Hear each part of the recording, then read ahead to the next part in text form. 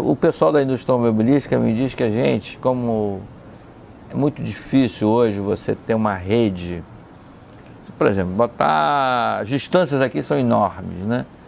Então você teria que ter postos de carregamento ao longo de estradas de 500 quilômetros, que torna muito difícil. Tá. Então o processo aqui vai se dar primeiro pelo carro híbrido, aquele que você tem um motor elétrico e um motor a combustão, né? Ouvidor, a gente está estudando esse tema. Por quê? Porque já no ano passado, a ANEEL, através do seu programa de P&D, né, eu acho que é uma coisa também, outro diferencial do setor elétrico, você viu que eu sou apaixonado pelo setor elétrico. Né? Assim, eu fiz, para você ter uma ideia, eu fiz a minha dissertação de mestrado em 84 sobre o setor elétrico, e na banca estava o professor Dias Leite, recém-falecido, professor Carlos Lessa, né? E a professora Sulamise. Eu analisei essa transição do investimento privado, antes dos anos 50, para o investimento público, tentando entender por que houve esse movimento, né? E o que foi mais importante, que eu concluí que não foi nada ideológico, né? Foi uma coisa de escala, né?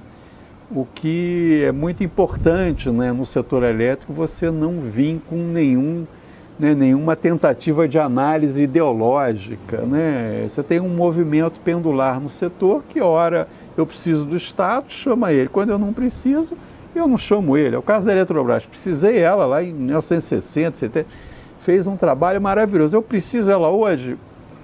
Os resultados dos leilões indicam que não. Entende? Então, aí você é uma posição mais ou menos assim. Mas você acha que você faz uma Belo Monte sem Eletrobras?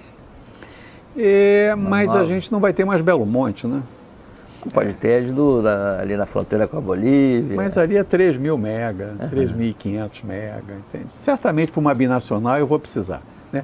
Certamente para esses grandes projetos eu devo precisar. Para uma nuclear, eu vou precisar, entende? Porque o capital estrangeiro, o investimento estrangeiro que vier não, eu quero ter uma garantia que o Estado vai me dar, como a gente teve para Belo Monte, como teve para Giral, para Santo Antônio. Tinha que ter uma empresa estatal ali do lado para o investidor falar, opa, não, qualquer problema eu tenho um canal direto. Eu concordo. Para grandes projetos não há mais. O que a gente tem visto nos últimos leilões de geração e de transmissão, não tem mais participação no consórcio de empresas estatais, ou federal ou estadual, o que significa que o modelo se consolidou sobre esse aspecto, né? Mas vamos voltar para o carro elétrico, então. Tá? Só para estava falando assim do programa de P&D da ANEEL. Quando foram feitos os primeiros contratos, né, da privatização, né, esse corpo técnico que o setor elétrico tem, que é de assim, exemplar, falou o seguinte, não, era bom a gente botar aqui uma cláusula aqui de que a empresa vai ter que botar aqui 0,4% da receita operacional líquida para investir em P&D. Né? Então a empresa forma um fundo, ela própria, e ela decide aonde ela coloca o dinheiro. Obviamente que no começo as empresas não tinham essa vocação, né? E que agora essa vocação está se acelerando por conta dessa revolução tecnológica em curso, né? E aí no ano esse programa tem feito investimentos, muitos projetos mais voltados para resolver problemas intragrupo, intraempresa, a gente chama projetos umbigo, né? Ela faz o projeto, depois tapa e não gera produto para o mercado, que é uma falha, né? Mas que é um processo de evolução. Então, o programa de P&D da ANEEL, a área técnica lá, superintendência afim, visualizou na mobilidade elétrica uma possibilidade, né, desses recursos serem canalizados, mas o projeto só vai ser autorizado se ele gerar novos produtos para o mercado. Ou seja, sai do setor elétrico, o setor elétrico está induzindo o desenvolvimento tecnológico em mobilidade elétrica, criando novos produtos, serviços, produtos tecnológicos. Então ela começou a fazer isso, e aí o nosso grupo, percebendo que isso ia ser um tema, a gente vem estudando esse setor há mais ou menos um ano, olhando a experiência internacional e etc, etc. A gente acha que carro híbrido já está fora. Mas por quê? Porque você falou, não, a gente tem grandes distâncias e tal. Você anda de carro quantos quilômetros por dia? Eu pouquíssimo, né? Mas... E a grande maioria do povo brasileiro anda muito pouco. Então, primeiro são postos de carregamento urbanos, né? E mesmo agora a EDP, junto com a BMW, numa iniciativa, né? Sempre o grupo EDP aqui no Brasil é um grupo assim, de ponta tecnologicamente, muito criativo, muito inovativo, colocou postos de carregamento em Rio-São Paulo. Então você pode ir para São Paulo e voltar de São Paulo num carro elétrico. Tem postos de carregamento que você para lá e carrega, porque cada vez mais a autonomia do carro elétrico vai aumentar. Hoje 200 quilômetros. Já tem de 300, entende? E a tendência é aumentar, porque aí a tecnologia nas baterias vai ser muito rápida. Então a gente acha que é mais de veículo elétrico, né, cada vez mais eficiente, e o veículo elétrico ele vai ter um papel muito grande na descentralização, porque a gente faz uma analogia do carro elétrico com o celular. Né? O que mais vale no meu celular aqui? A bateria e a memória, né? Não, é isso aqui. São os aplicativos. O carro elétrico vai ter valor pelos aplicativos que eu colocar nele. Né? Ele vai ser meu carro elétrico, mas o que tem? Não, mas eu posso saber isso, saber. Hoje o que me interessa é o celular, é tudo isso que ele me oferece na mão. Né?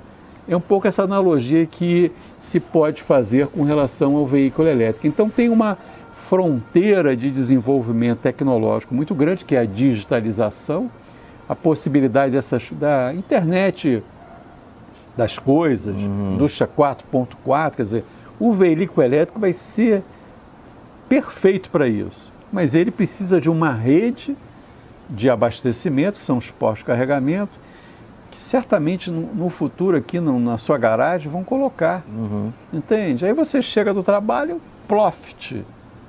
Aí no que você colocou ali, na realidade, você vai dar uma opção para a distribuidora de usar aquela energia que está no seu carro. É uma coisa de ficção científica, né?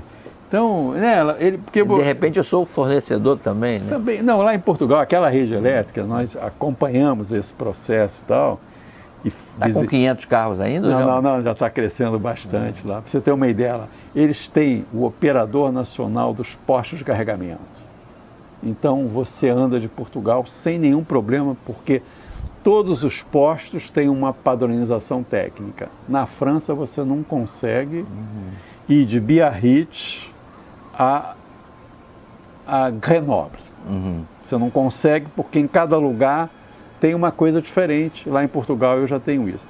E nós visitamos lá um centro de pesquisa que fica lá no Porto, agora numa instalação maravilhosa ali do lado do Palácio, do Parque da Cidade, ali no final da Avenida Boa Vista, ali é um parque maravilhoso e tal, né? Eles desenvolveram um software que quando você está andando, botou o carro lá para carregar, ele identifica quem é, de onde veio, para onde... como é que está a bateria, quer dizer, ele te dá uma radiografia, ou seja, eu crio uma big data, né, que eu posso fazer o mundo com relação a isso, quer dizer, a própria rede, né, vai dar, e ela vai dar essa informação mais importante para a distribuidora. E vai salvar a indústria automobilística, né? Porque... Não há a menor dúvida, não há a menor dúvida. Então, mas toda a cadeia, imagina a cadeia produtiva de autopeças, vai dar um cavalo de pau, porque o carro elétrico ele precisa de muito menos peça do que um carro a combustão. Ele é mais limpo, ele não faz barulho, quer dizer, ele é o único ponto ainda, né, e que a gente acha de que é aí que vai ter um rápido desenvolvimento tecnológico, são das baterias, né? Porque tem modelos assim, porque você fala assim, eu estou na estrada, minha bateria baixou, O posto de carregamento tem que ser ultra rápido. E um posto de carregamento ultra rápido é caro, é mais caro. E ele desgasta a tua bateria. Ou seja, você tem alguns problemas técnicos. Por exemplo, em alguns países, o sistema e a própria indústria, lá, a montadora, ela vende o carro elétrico e você aluga a bateria. Quando ela está baixa, ele sabe que está baixo, né? Porque isso vai estar em rede, digitalização, vai lá, troca a tua bateria. E aí você abre uma possibilidade para o setor elétrico da bateria de segunda vida. Você pega essas baterias e coloca na distribuidora e ela usa essa bateria, né, para nivelar a carga, para atender a carga na hora do pico da demanda. Vidor, nós estamos Num período de grande revolução. grande revolução tecnológica. Que é uma coisa beleza. impressionante. Num setor que todo mundo diz, aquela coisa Acabou. da venda de Thomas Alva Edison, já não Acabou. vai mudar mais nada. E de repente vai dar um cavalo de pau. So anytime you stop me, you want your